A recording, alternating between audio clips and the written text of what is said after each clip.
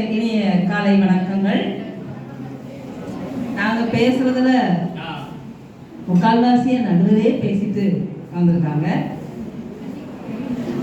தண்ணி வேற குடிக்கிறாங்க.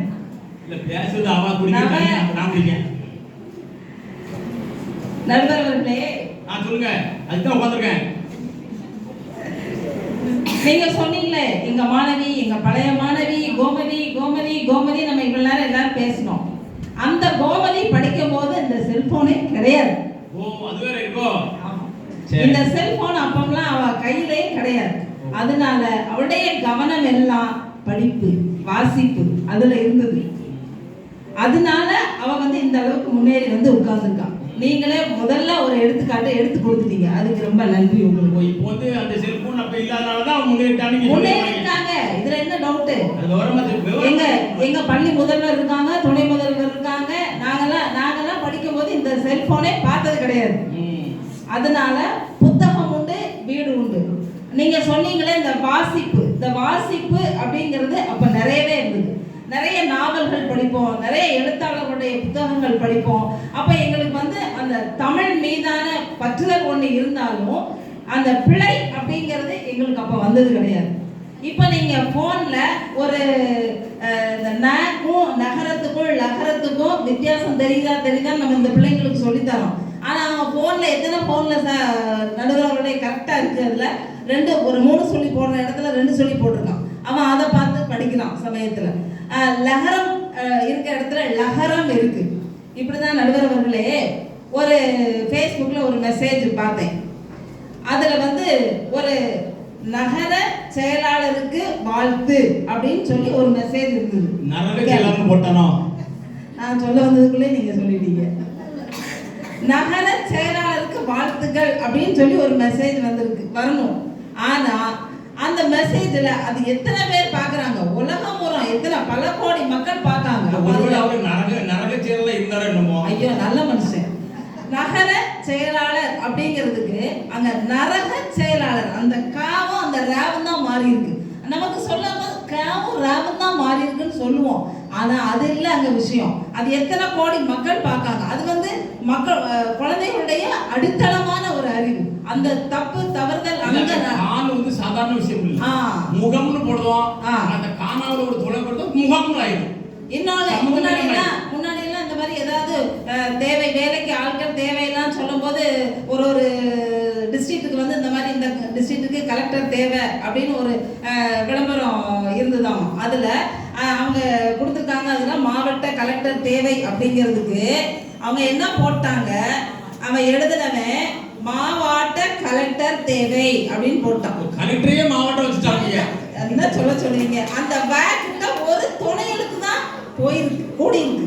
அதனால அங்க என்னாச்சு? அவருடைய போஸ்டிங்கே மாறி போச்சு. இப்போ நீங்க என்ன சொல்ல வரேன்னா இதெல்லாம் இந்த போனால தான் வருதுன்னு சொல்ல வரேன். அப்பெல்லாம் எங்களுக்கு போன் கிடையாது. அதனால வாசிப்பு இருக்கணும். அதுதான் முக்கியம். அடுத்து இன்னொன்னு சொல்றேன். காலையில எந்திரிச்சு முழிக்கிறதே அந்த போன்ல தான் நிறைய பேர் முழிக்காங்க. எந்திரிச்ச உடனே போனை பார்க்க வேண்டியது. அலாரம் வைக்கிற பேருக்கு அலாரம் வைக்க வேண்டியது. 5 மணிக்கு எழுப்பி விடுங்கம்மா, 4 மணிக்கு எழுப்பி விடுங்கம்மான்னு படுத்து தூங்கிடுவான். கடைசியில 4 மணிக்கு அலாரம் அடிக்கும், அவன் தூங்கிட்டு இருப்பான். எதுக்கு? போன் வச்சிருக்கானாமா, அலாரம் அடிக்குதாமா. ஆனா அவன் எந்திக்க மாட்டான். 4:30க்கு ஒரு அலாரம் வைப்பான், அதை ஆஃப் பண்ணிட்டு படுத்துக்குவான். 5:30க்கு ஒரு அலாரம் வைப்பான், அதை ஆஃப் பண்ணிட்டு படுத்துக்குவான். ஆனா கடைசி அவன் எத்தனை மணிக்கு எழுதிப்பான்? 7 மணிக்கு எழுதிப்பான்.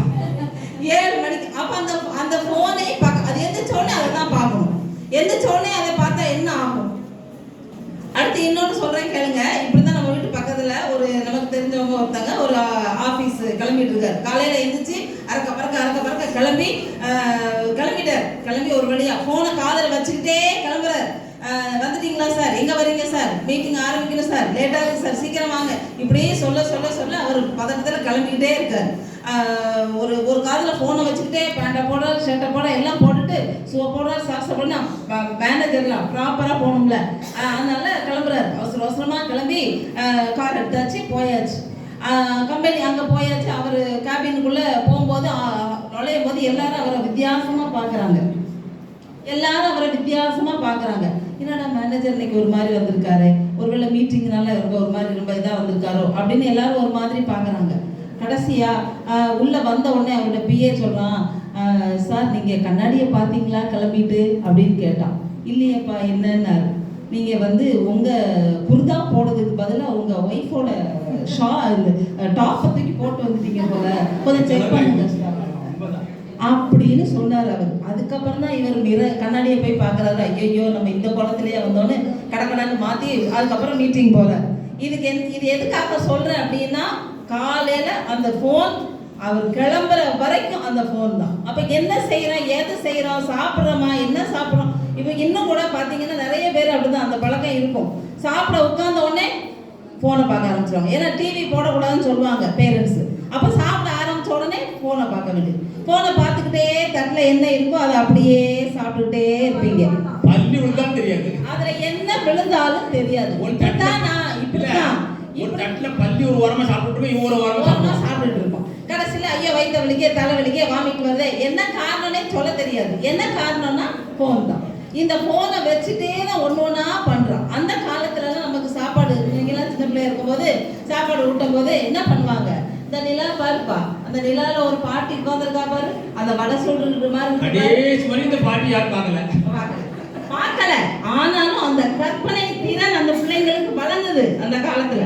அந்த பாட்டியை வச்சே அந்த பாட்டி ஒரு கதை சொல்லும், அதை வச்சே அந்த பிள்ளை சாப்பிடும். அழகா அதோட கற்பனை திறன் அங்கிருந்தே வளரும். கதை சொல்ற பழக்கம் அதுக்கு அங்கிருந்தே வரும். அதுவாவே எல்லாம் கத்துக்கும். ஆனா இப்போ தட்டில் சாப்பாடு வச்சா கையில போன், போன பாரு தங்கம் தான் வச்சுக்கோ, அப்பதான் பிள்ளை சாப்பிடுமா.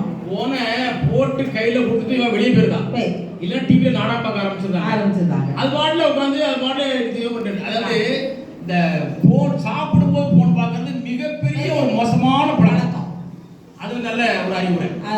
சாப்பிடும் போதுன்னு இல்ல, எப்போதுமே தான் சொல்றேன்.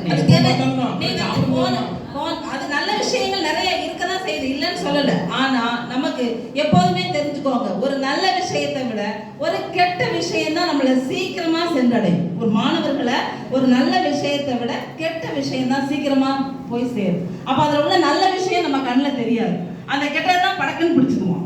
இதுதான் அந்த போனோட ஒரு பெரிய யுக்தி. ஓகேவா? அதே மாதிரி இன்னும் நிறைய சொல்லிக்கிட்டே போகலாம். ஏன்னா நம்ம ஸ்டூடெண்ட்ஸ் எல்லாம் வந்து ரெடியாக இருக்காங்க பேசுறதுக்கு, ஆளுக்கு ஒரு கருத்தை பேசுவாங்க. அதனால முக்கியமாக நான் ஒன்று சொல்லி அமர்றேன். வாசிப்பு அப்படிங்கிறது ரொம்ப ரொம்ப ரொம்ப முக்கியமான ஒன்று. அந்த வாசிப்பு முடிச்சிருந்தேன். அந்த வாசிப்பு இல்லாததால் யோசிப்பு குறைந்து விட்டது. வாசிப்பு இல்லாததால் யோசிப்பு குறைந்து விட்டது. அந்த யோசிப்பு குறைந்ததால் நீ அடுத்தவரை யாசிக்கும் நிலை வந்தது. யாசிக்கும்னா என்ன? அதை சூஸ கொஞ்சம் காமி, இந்த இதுக்கு என்ன ஆன்சர் கொஞ்சம் பேப்பர் காமி சொல்றீங்களா இல்லையா? தப்பு. ஏன்னா நீ வாசிச்சு நீ படிச்சேன்னா உனக்கு அது உன்னோட மைண்ட்ல நிற்கும். ஓகேவா? பார்த்துக்கலாம், அங்கே போய் யாராவது காமிப்பாங்க. இது வந்து ரொம்ப ரொம்ப ரொம்ப ரொம்ப ரொம்ப மோசமான பழக்கம். அடுத்தவனை நம்பக்கூடாது. உன்னைய நம்பி நீ முன்னேறணும். தினமும் ஒரு 10 நிமிஷமாவது ஏதாவது ஒரு புத்தகத்தை, ஏதாவது ஒரு நல்ல விஷயம் சேர்ந்த ஒரு புத்தகத்தை அல்லது செய்தித்தாள் ஏதாவது வாங்குறீங்கன்னா அந்த செய்தித்தாள்களை ஒரு 10 நிமிஷம் நீங்க வாசிங்க போதும். ஒரு 10 நிமிஷம் அந்த ஹெட்லைனை மட்டும் நீ வாசிச்சாலே போதும். எல்லாத்தையும் நீ வாசிச்சுக்க வேண்டாம். அப்படி வாசிச்சனா உன்னுடைய தமிழ்ல வரக்கூடிய பிழைகள்லாம் வந்து சரியாகும். அடுத்தது உன்னோட வாசிப்பு திறன் அதிகமாகும். இப்போ இந்த புத்தக கண்காட்சி இந்த ஒண்ணு சொல்லி அமர்ந்துடுறேன் நடுவர் அவர்களே. இந்த புத்தக கண்காட்சிக்குன்னு ஒன்று நாங்கள் வருஷம் நம்ம கூப்பிட்டு போறோம். நம்ம ஸ்கூல்ல இருந்து கூப்பிட்டு தான் போறோம். நிறைய பேர் அந்த புத்தக கண்காட்சிக்கு எதுக்கு வருவா தெரியுமா நடுவர் அவர்களே? அப்பளம் இல்ல, அங்க ஏகப்பட்ட ஸ்டால் வச்சிருப்பாங்க.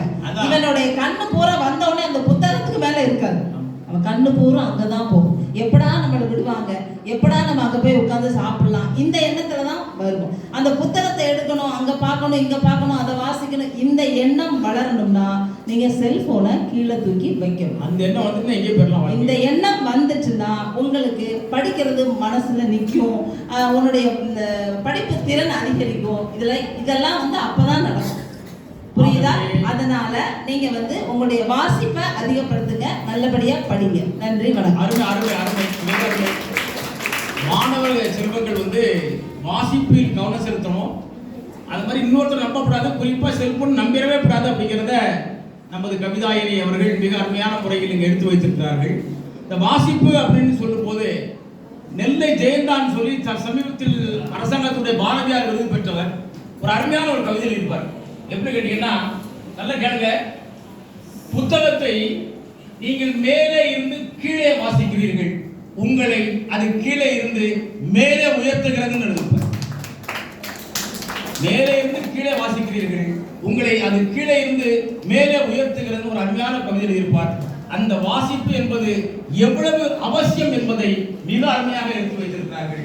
அடுத்து அதெல்லாம் இல்லைங்க, நீங்க என்ன சொல்லுங்க, இந்த வளர்ந்த காலத்துல விஞ்ஞான உலகத்துல வந்து உட்காந்துக்கிட்டு இந்த அந்த காலத்து மாதிரியே இந்த கட்டியாஸ் படத்துல பார்த்து தள்ள முடியுமா? இப்ப செல்போன் இல்லாம செய்ய முடியுமா? செல்போன் தான் இப்ப முக்கியமா வேண்டி இருக்கு அப்படின்னு சொல்லி செல்போன் சீர்படுத்துகிறது என்ற தலைப்பில் பேசுவதற்கு நம்ம சொல்லரசி கோமதி அவர்களை உங்கள் பரத்த கைத்தட்டோடு அழைக்கிறோம். அப்ப கைத்தட்டல என்ன மட்டும் வரணும்.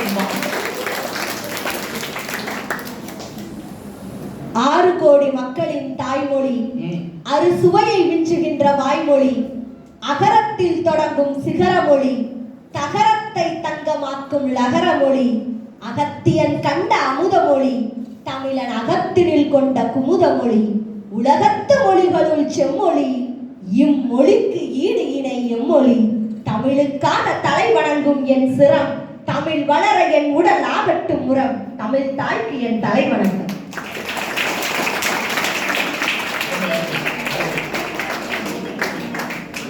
முக்கொடி கட்டி அன்று முரசு கொட்டி நின்று முத்தமிழ் தடை வளர்த்த மூவேந்தர்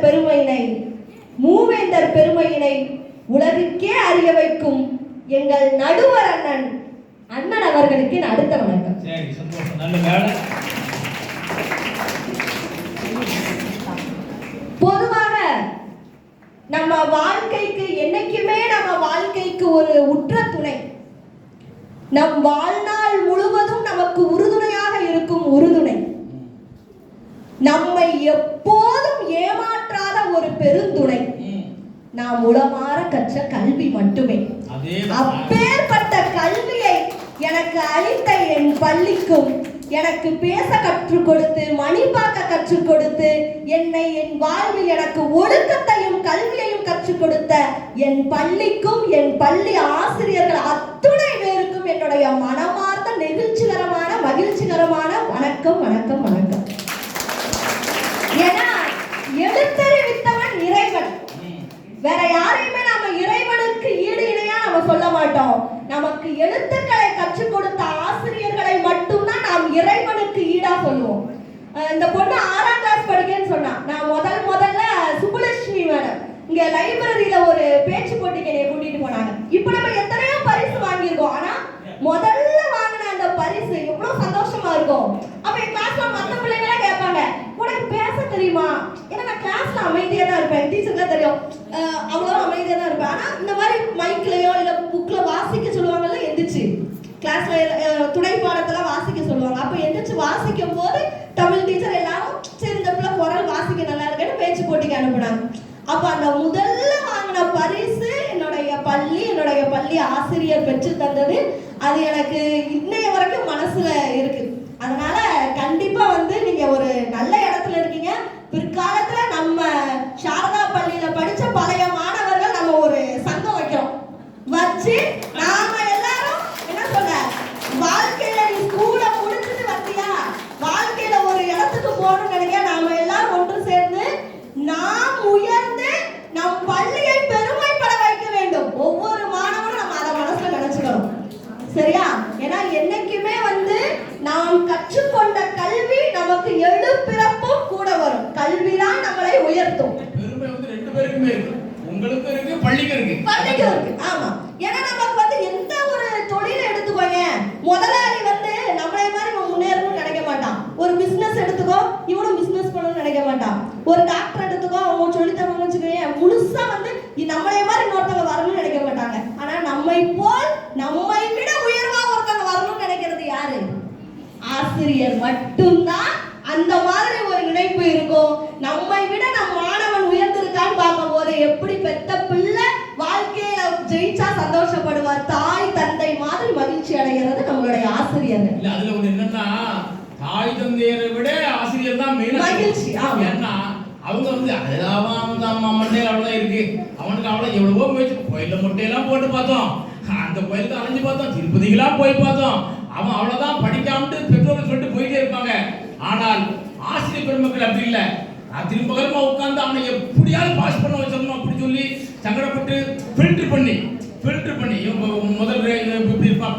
ஒவ்வொரு மாணவருடைய மூளையின் அளவு ஆசிரியருக்கு மட்டும்தான் தெரியும் இல்லையா? அதான் சொல்றாங்க. எங்க மேடம் பேசும்போது சொன்னாங்க, நான் சின்ன பிள்ளையா இருக்கும்போது செல்போன் கிடையாதுன்னு. ஆனா கண்ணகி நாடகம் எனக்கு அப்படியே சொல்லி கொடுத்து டீச்சர்ஸ் எல்லாரும், அதாவது நாடகம் இப்ப நம்மளுடைய ஆனுவல் டே இருக்குல்ல, அது ஒரு மாசம்னா அது ஒரு மாசத்துக்கு முன்னாடியே நாங்க பிராக்டிஸ் பண்ண ஆரம்பிச்சிருவோம். அப்ப என்னோட ஆசிரியரை நமக்கு வந்து இப்ப மாதிரி செல்லுல பார்க்க முடியாது. எனக்கு வந்து அந்த கண்ணகி எப்படி பேசுவா எதுவும் தெரியாது. பழைய கேசட், பூம்புகார் பட கேசட் எனக்கு கொடுத்து இதை வீட்டுல போய் டேப் ரெக்கார்ட் போட்டு கேளு, இவங்க எப்படி பேசுறாங்கன்னு கேளுன்னு சொல்லி அதை ரிவைண்ட் பண்ணி கேட்பேன். என்னன்னா ஒரு வருத்தம், அப்ப இந்த வசதி இல்ல. இப்பதான் டக்குனு யூடியூப்ல பூம்புகார்ல எப்படி பேசினா நம்ம பார்த்துடலாம். அதனால அதெல்லாம் நாங்க வந்து நிறைய விஷயங்கள் அப்ப செல்போன் இல்லாதனால நமக்கு இழப்பு இருந்திருக்குது. ஏன்னா அப்ப வந்து நம்மளால டக்குனு படிக்க முடியல ஒரு விஷயம், அது கஷ்டப்பட்டு அந்த கேசட்டை எடுத்து சில விஷயங்கள் வந்து நமக்கு இப்ப மாதிரி வந்து நம்ம எல்லாம் கூகுள்ல தேட முடியாது, எதுவுமே நமக்கு கிடைக்காது. ஆனா அப்படி இருந்த சிச்சுவேஷன்ல இப்ப என்னன்னா நடக்கும், சே அந்த நாடகம் இப்ப வந்து வீடியோ எடுத்திருந்தா எவ்வளவு நல்லா இருக்கும் பார்க்க. எங்க அம்மா அடிக்கடி சொல்லுவாங்க, அப்பெல்லாம் எடுக்காம விட்டுட்டேன் அப்படின்னு. இறங்கி வரும்போது ஆயம்மா பார்த்துட்டு சொன்னாங்க, கண்ணகி நாடகம் நடிச்ச பேர் மறக்கவே முடியாது, நான் நடிச்சது 7ஆம் படிக்கும் போது. அது இன்னும் ஞாபகம் இருக்கு. ஆனா அது இதை வச்சு எதிரடியில சொல்லுவாங்க, செல்போன்ல எடுத்த கூட அழிஞ்சிரும், இதுல ஞாபகம் இருக்கு அப்படின்னு சொல்லுவாங்க. உங்களுக்கு நானே ஒரு பாயிண்ட் எடுத்து கொடுத்துட்டேன். ஆனா நம்ம என்னன்னா மேடம் சொல்றாங்கல்ல, எல்லாமே நடக்குது உண்மைதான். ஆனா நல்லா தெரிஞ்சுக்கோ, எந்த ஒரு செயலும் அந்த கருவியின் குறை கிடையாது, அதை பயன்படுத்தும் நமது கையில் இருக்கிறது நம் குறை. இப்போ வந்து வாழ்க்கைங்கிறது ஒரு கடல், செல்போன்ங்கிறது ஒரு படகுன்னு வச்சுக்கோ. படகுல ஓட்டம்னா அந்த படகோட தப்பா? அந்த படகை சரியா பராமரிக்காத மாலுமியோட தப்பு. அப்போ செல்போனை நாம சரியா பயன்படுத்தாம இருக்கிறது அந்த செல்போனோட தப்பு கிடையாது, அது யாரோட தப்பு? நம்மளோட தப்பு. யாரோட தப்பு? நம்மளோட தப்பு. ஏன்னா அலாவுதீன் அற்புத விளக்கு தெரியுமா தெரியாதா? அந்த விளக்க தேய்ச்சிச்சுன்னா பூதம் வரும், என்ன வேணுமோ அதை கொடுக்கும். அதே மாதிரிதான் செல்போன், நீ அதுகிட்ட என்ன கேட்குறியோ அதை கொடுக்கும். நீ நல்லது கேட்டா எவ்வளவோ நல்ல விஷயங்கள் அதுல குவிச்சு இருக்கு. ஒண்ணு இல்ல, ஸ்ரீநாத்னு ஒரு நபர் வந்து எர்ணாகுளம் கேரளால, அவருக்கு வந்து படிக்க கோச்சிங் கிளாஸ் போய் படிக்க வசதி இல்லை. அப்போ அவர் வந்து ரயில்வேல இருக்கிற அந்த வைஃபை கனெக்ஷனை வச்சு அரசு தேர்வுக்கு படிச்சு இன்னைக்கு ஒரு அரசு அதிகாரியா ஆயிருக்காரு. அப்போ நம்ம யோசிச்சு பாருங்க, இன்னைக்கு நமக்கு எல்லா வசதியும் கிடைக்கிறதுனால நம்ம இதுல கேம் விளையாடிட்டு இருக்கோம். எதுவுமே கிடைக்காதவங்களுக்கு இதுல இருந்து எவ்வளவு விஷயங்கள் அவங்க எடுத்துக்கிறாங்கன்னு பாருங்க. அப்ப நாம இன்னும் நமக்கு வந்து எல்லா விஷயமும் கிடைக்கும். ஆனா அதே சமயம் நான் ஒரு வார்த்தையை சொல்றேன், கூகுளும் ஆசிரியரும் ஒண்ணு கிடையாது. நீ தேடுற எல்லா விஷயமும் கூகுள்ல கிடைக்கும், ஆனா கூகுளுக்கு உன் மேல அக்கறை கிடையாது, ஆசிரியருக்கு உன் மேல அக்கறை உண்டு. ஆசிரியர் உனக்கு நல்லதை மட்டும்தான் கொடுப்பாங்க, ஆனா கூகுள் நல்லதை கொடுக்காது. ஆனா நீ கெட்டதை தேடினா கெட்டது கொடுக்கும், நல்லதை தேடினா நல்லது கொடுக்கும், அவ்வளவுதான். ஆசிரியர் நல்லது மட்டும்தான் கொடுப்பாங்க, ஆசிரியர் என்னைக்குமே உங்களுக்கு நல்லது மட்டும்தான் கொடுப்பாங்க. அதனால நீங்க வந்து சில சமயம் சொல்றான் சிலவன், மாதா பிதா கூகுள் தெய்வம்னு. கூகுள்ல தெய்வம் ஆயிராது, கூகுள்ல குருவும் ஆயிராது. ஆனா சீர்படுத்துகிறதுன்னு எப்படி சொல்றேன்னா, என்னைக்கு அதான் ஒண்ணு இல்ல, பார்வையற்ற மாணவர்கள், பார்வை இல்லாத மாணவர்கள் இருக்காங்கல்ல, அவங்களுக்கு இந்த செல்போன் ஒரு வரப்பிரசாதம். எப்படி தெரியுமா? அவங்களுக்கு சில விஷயங்கள் அதாவது அவங்களுக்குன்னு ஒரு ஆப் இது பண்ணி நிறைய மாற்றத்தினால காது கேட்காதவங்களுக்கு இருக்காங்கல்ல, அவங்க இந்த செல்போனை அவ்வளவு யூஸ் பண்ணுவாங்க. அதுல ஒரு ஆப் இருக்கும், டக்கு டக்கு டக்கு டக்குன்னு அது பேசும், அந்த சத்தத்தை கேட்டு அவங்க இது பண்ணுவாங்க. எனக்கு தெரிஞ்ச ஒரு பையன்லாம், நான் என் புத்தகத்தை பிடிஎஃப் அனுப்புவேன், அதை அப்படியே ஆடியோவா மாத்தி கேட்டுட்டு எனக்கு கருத்து அனுப்பிடுவோம். அப்போ அவ்வளவு தூரம் இது வந்து நமக்கு வந்து எவ்வளவு விஷயத்தை தருதுன்னு பாருங்க. அதாவது ஒண்ணு இல்ல, ஹனான்னு ஒரு பொண்ணு மும்பைல 8 வயசு, அவங்க அப்பா வந்து பழைய மொபைலை வீட்டில் வச்சுட்டு போடுவாங்க, அதுல வந்து கோடிங் கத்துக்கிட்டு ஒரு செயலியை உருவாக்கி இருக்கிறாங்க. அதே மாதிரி எவ்வளவோ இருக்கு. உழவன் ஆப்னு இருக்கு. இப்போ முந்திலாம் விவசாயிகள் வந்து அவங்க விதைச்சதை வந்து இடைத்தரகர்கள் வந்து நிறைய ரூபாய்க்கு இது பண்ணுவாங்க. அப்போ சந்தை விலை எவ்வளவுன்னு தெரிஞ்சுக்கிறதுக்காண்டி உழவன் ஆப் இருக்கு. காவலன் SOSன்னு ஒரு ஆப் இருக்கு. அது எல்லாரும் கேள்விப்பட்டிருப்பீங்கன்னு தெரியல. அது வந்து அது உண்மையாவே பயனுடையது. என்னன்னா செல்போன்ல டவர் இல்லைனாலும் சரி, கேர்ள்ஸ் ஸ்டூடெண்ட்ஸ் கேட்டுக்கோ. என் கூட வேலை பார்க்குற பொண்ணு ஒரு நாள் சொன்னான், 10 மணிக்கு அவன் சும்மா இதை டவுன்லோட் பண்ணி அதை ப்ரெஸ் பண்ணிட்டான். அடுத்த நிமிஷம் அவனுக்கு கால் வந்துருச்சு, போலீஸ் ஸ்டேஷன் வந்து உங்களுக்கு எதுவும் பிரச்சனையா? இல்லை நான் தெரியாம அதை ப்ரெஸ் பண்ணிட்டேன். அப்போ நான் எதனால சொல்றேன்னா, அதனால அதுக்காக விளையாடக்கூடாது. அதுல உண்மைதான். அப்போ உடனே அவன் என்ன சொன்னா, அக்கா உண்மைதான்க்கா, அந்த ஆப்ல உடனே கால் வந்துருது நமக்கு அப்படின்னா. அப்ப எல்லா ஆப்பும் ஒரு கவர்மெண்ட்ல எவ்வளவோ சஞ்சீவினி, எத்தனையோ கிராமங்கள் இன்னும் வந்து நமக்கு வந்து மருத்துவ வசதி இல்லாத கிராமங்கள் இருக்கு. அதுல சஞ்சீவனின்னு நம்ம இந்திய அரசு ஒரு ஆப் உருவாக்கி இருக்கு. அதுல என்னன்னா நம்ம டாக்டர் கிட்ட பேசி அவங்க பிரிஸ்கிரிப்ஷன் அனுப்பி விட்டு மருந்து மாத்திரையும் அனுப்பி விட்டுறாங்க. அப்ப எவ்வளவோ விவசாயம் சார்பா எடுத்துக்கிட்டாலும் சரி, பொருளாதார ரீதியா எடுத்துக்கிட்டாலும் சரி, எவ்வளவு நம்ம தொழில்நுட்பம், அதாவது நம்ம வளர்ச்சி இருந்துகிட்டே இருக்கணும். அந்த வளர்ச்சியில நம்ம தேங்கி நிற்க கூடாது. எவ்வளவோ ஒரு வளர்ச்சியின் உச்சகட்டத்துக்கு வந்துட்டோம் நாம. ஆனா நாம வந்து சும்மா ரீல்ஸை பார்த்துக்கிட்டு இந்த செல்போனால பயன் இல்லை அப்படின்னு நினைக்கிறோம். ஒன்றும் இல்லை, IIT, NEET, JEE இந்த மாதிரி படிக்கிறதுக்கு எல்லா விஷயங்களும் அதுல இருக்கு. ஏன் நம்ம தமிழ்நாடு கவர்மெண்ட்லயே புத்தகத்துக்கு பின்னாடி QR கோடை ஸ்கேன் பண்ணா அந்த புக் வந்துடும். அந்த புக்கை ஒருத்தவங்க வீடியோவா சொல்லி கொடுக்குறாங்க, ஷீக்ஷான்னு ஒரு ஆப். அப்போ இந்த மாதிரி விஷயங்கள் நீ எதை தேடுறியோ, ஸ்போக்கன் இங்கிலீஷை தேடு. அப்ப நீ தேடுற விஷயங்கள் தான் உனக்கு கிடைக்குது. அப்ப அதை எப்படி நம்ம சீரழிக்கிறதுன்னு சொல்ல முடியும்? சீரழிகிற விஷயத்தை தேடினா செல்போன் இல்ல. இப்போ ஒரு கத்தியே எடுத்துக்கிட்டோமே, அந்த கத்தியை வச்சு ஒருத்தனை மிரட்டினா அவன் திருடன் ஆயிடுவான். அதே கத்தியை வச்சு அறுவை சிகிச்சை செய்யறவன் டாக்டர் ஆயிடுவான். அப்படித்தானே? பயன்படுத்துகிற முறையில் இருக்கிறது. எரிகின்ற ஜோதியை வைத்து பானையையும் காட்டலாம், கூரையையும் எரிக்கலாம். நாம் நல்ல விதத்துல பயன்படுத்தினா இதே மாதிரி இந்த இதுல சொல்லல, மனுஷன் கண்டுபிடிச்சதுலயே ஒரு நல்ல விஷயம் இந்த செல்போன். அதுல நாம பயன்படுத்தி முழுமையா பயன்படுத்தி, அதாவது சும்மா வந்து ரீல்ஸ் பார்த்துட்டு அந்த மாதிரி எவ்வளவோ அதுல நல்ல டைம் மேனேஜ்மெண்ட்னா சரி, இந்த அலாரம்லாம் சொல்றாங்கல்ல, நம்ம ஒரு நோட்ஸ் எதுனாலும் எடுத்து வைக்கிறது சரி. இப்போ எனக்குலாம் சில விஷயங்கள் வந்து இப்ப நமக்கு முந்திலாம் ஒரு எழுதுறதுக்கு தோணும் தெரியுமா, ஒரு கவிதை தோணுதுன்னு வச்சுக்கோங்க. முந்திலாம் பேப்பர் பேனா தேடிக்கிட்டு இருக்கணும். இப்ப டக்குன்னு செல்லுல நம்ம நோட் பண்ணி வச்சுக்கிட்டோம்னா அடுத்து எழுதிக்கலாம். அப்ப அந்த மாதிரி ஒரு ஆக்கப்பூர்வமான விஷயங்கள் அன்னைக்கு அப்படித்தான் ஒரு கவியரங்கம் நடந்தது. கவியரங்கத்துல ஒரு அம்மா வந்து செல்போன்ல பொம்மை சொன்ன மாதிரி டைப் படிச்சு கொண்டாந்துருக்கு. கவிதை முக்கியமான கட்டத்துல போய்கிட்டு இருக்கும்போது ஒருத்தர் போன் பண்ணிட்டான், கவிதை கட்டு, திருப்பி உடனே கட் பண்ணி விடுது. மறுபடியும் அந்த அவனுக்கு என்ன அவசரமோ தெரியல, மறுபடியும் அடிக்கான். உடனே மறுபடியும் கட் பண்ணி விடுது, மறுபடியும் அடிக்கான். வணக்கம், நன்றி, வணக்கம் போய் உட்காந்துடுது. அது அவங்களுக்கு தெரியல. நான் ஏரோப்ளேன் மோட்ல போட்டுட்டு அந்த மாதிரி முக்கியமான விஷயம்லாம் இது பண்ணுவேன். நீங்க ஏரோப்ளேன்ல போறனால ஏரோப்ளேன் மோட்ல போறீங்க. நான் ஒரு நாள் போனதுல ஏரோப்ளேன் எல்லாம். அதனால நாம வந்து எப்போ வந்து அதை அது ஒண்ணும் இல்லைங்க, ரெண்டே விஷயம். நம்ம வாழ்க்கையில நமக்கு எது தேவை, எது தேவையில்லை, எது இப்ப நமக்கு வேணும், எது நமக்கு வேண்டாம், அதை நாம சரியா கடைசி நான் 3 விஷயம் சொல்லிக்கிறேன். உனக்கு 3 விஷயம் வாழ்க்கையில ரொம்ப முக்கியம்.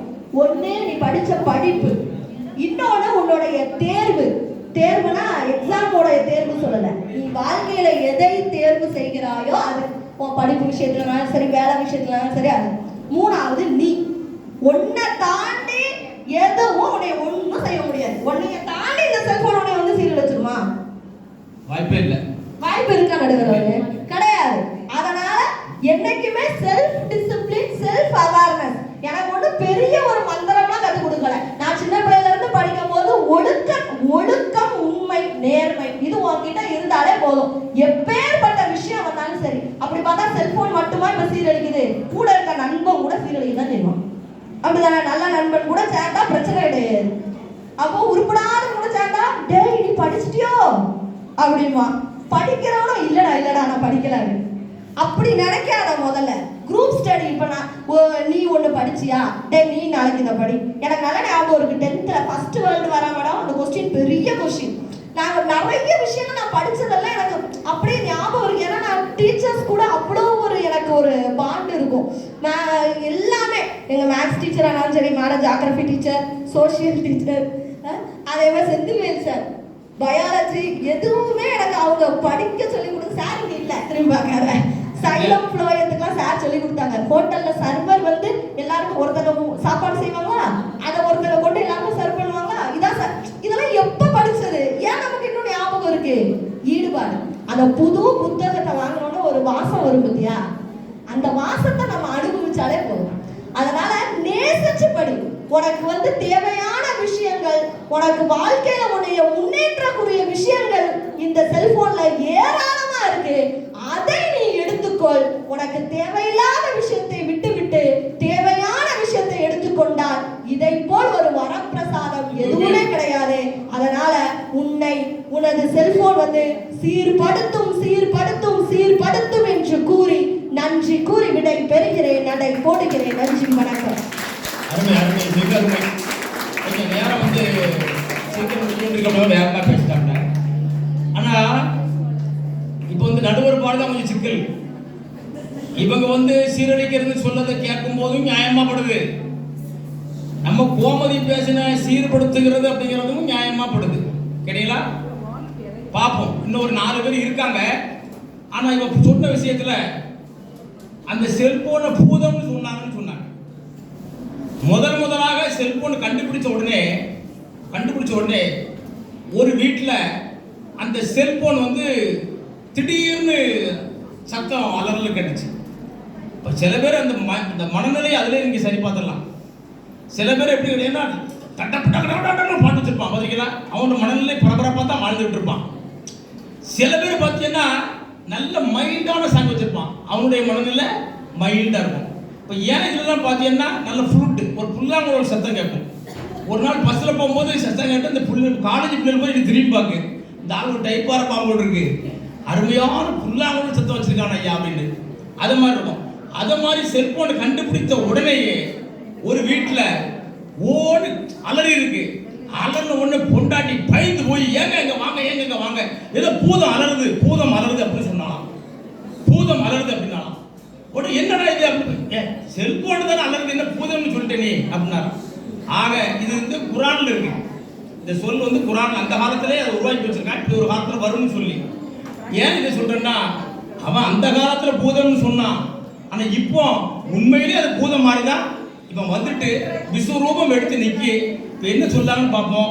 மறுபடியும் அது சீரழிக்கிறது என்ற அணியில் பேசுவதற்கு பேச்சியம்மாள், உங்களது பள்ளியினுடைய 6ஆம் வகுப்பு மாணவி, கரத்த கரவொலியோடு பேச அழைக்கிறேன்.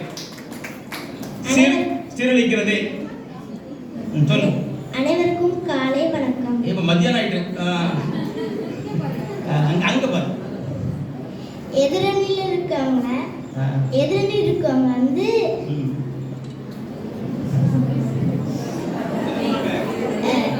போன் இல்லாம தான் ஒழுக்கம் இதெல்லாம் கத்துக்கிட்டாங்க.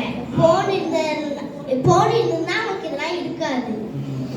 எனக்கு தெரிஞ்ச ஒரு சின்ன பையன் இருக்கான். அவனுக்கு ஒரு 5 வயசு தான் இருக்கு. அந்த பையனால நடக்க முடியாது, பேச முடியாது, ஒழுங்கா படிக்க கூட முடியாது.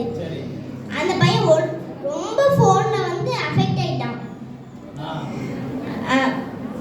அந்த பையன் சாப்பிடும்போது கூட போன் தான் பார்ப்பான். ஏன்னா அந்த பையன் அப்போ பக்கத்து வீட்டில் போய் விளையாட போப்பா தம்பின்னா கூட அவன் விளையாட போக மாட்டான். இல்லை நான் போனே பார்க்கன்னு போன் மட்டும் தான் அந்த பையன் பார்ப்பான். அப்படி விளையாட போனாலும் பக்கத்து வீட்டு பிள்ளையெல்லாம் அடிப்பான். அதனால வந்து அவங்க விளையாட விட மாட்டாங்க.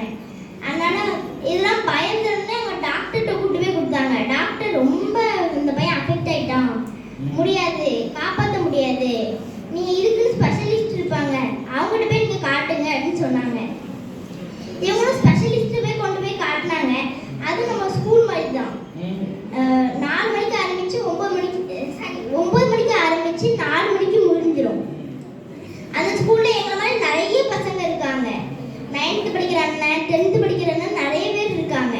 இந்த பையன் அப்போ கூட ஒழுங்கா போக மாட்டான். அவங்க அம்மா ட்ரெஸ் எல்லாம் இருக்கிறது, அவங்க அம்மா மூஞ்சில துப்புறது. இப்போ இதனால அந்த பையனுக்கும் கஷ்டம், அந்த அம்மாவுக்கும் கஷ்டம்.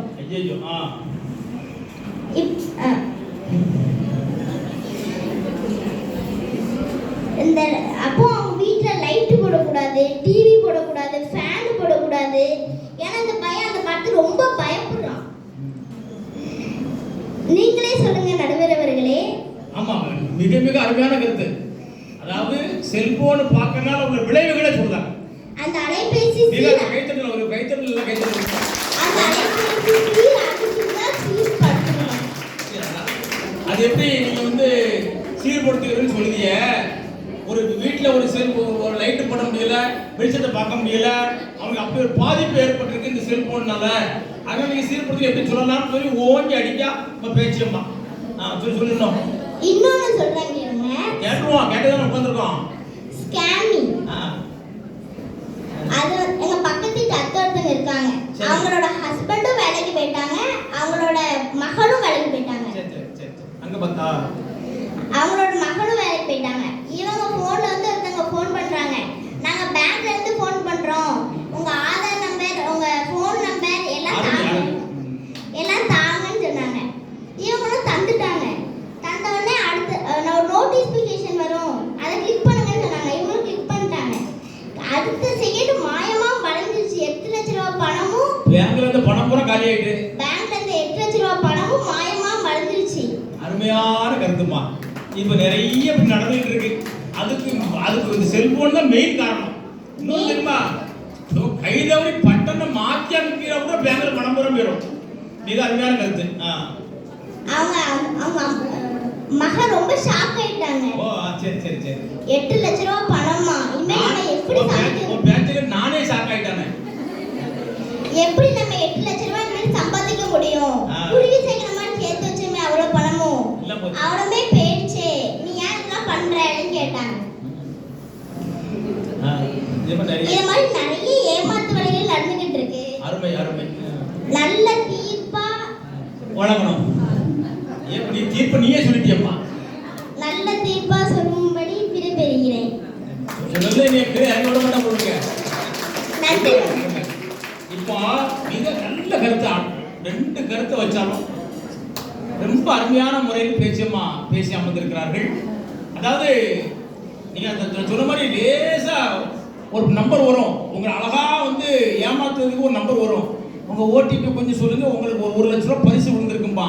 நம்ம ஒரு ஆசையில இப்ப ஏற்கனவே நம்ம டீ குடிக்க வெள்ளாம இருக்கோம், 1 லட்சம் ரூபாய் வருதுல அப்படின்னு சொல்லி ஒரு அமுக்கிட்டே பேங்க்ல நடந்த ரூபா பூரா காலி. பக்கத்து வீட்டுக்காரனுக்கு 8 லட்சம் ரூபாய் இழந்திருக்குன்னு சொல்லி இதுக்கு காரணமா இருக்கக்கூடிய இந்த செல்போன் எப்படி நீங்க சீர்படுத்துகிறதுன்னு சொல்லுதிய, அது தேவையே இல்லை அப்படின்னு சொல்லி அருமையான ஒரு கருத்தை சொல்லி அமர்ந்திருக்கிறார் நமது பேச்சியம்மல் அவர்களுக்கு மீண்டும் ஒரு கரவொலி கொடுத்து ஒரு உற்சாகத்தை கேட்டுக்கொண்டு அடுத்து சீர்படுத்துகிறது. நீங்க எவ்வளவு சொன்னாலும் சரிதான், அது எப்படி சீர்படுத்துகிறது அப்படின்றத விளக்குவதற்கு உங்கள் பள்ளியினுடைய 7ஆம் வகுப்பு மாணவி சுமதி அவர்கள் வரக்கூடிய ஸ்டைலே நல்ல பேசணும்னு தெரியுதுமா. எதிரடிங்க சொல்லுதாங்க, போன்ல ஸ்கேனிங் நடக்கு, அதெல்லாம் போயிட்டுங்காங்க. போடு அப்படி போடு.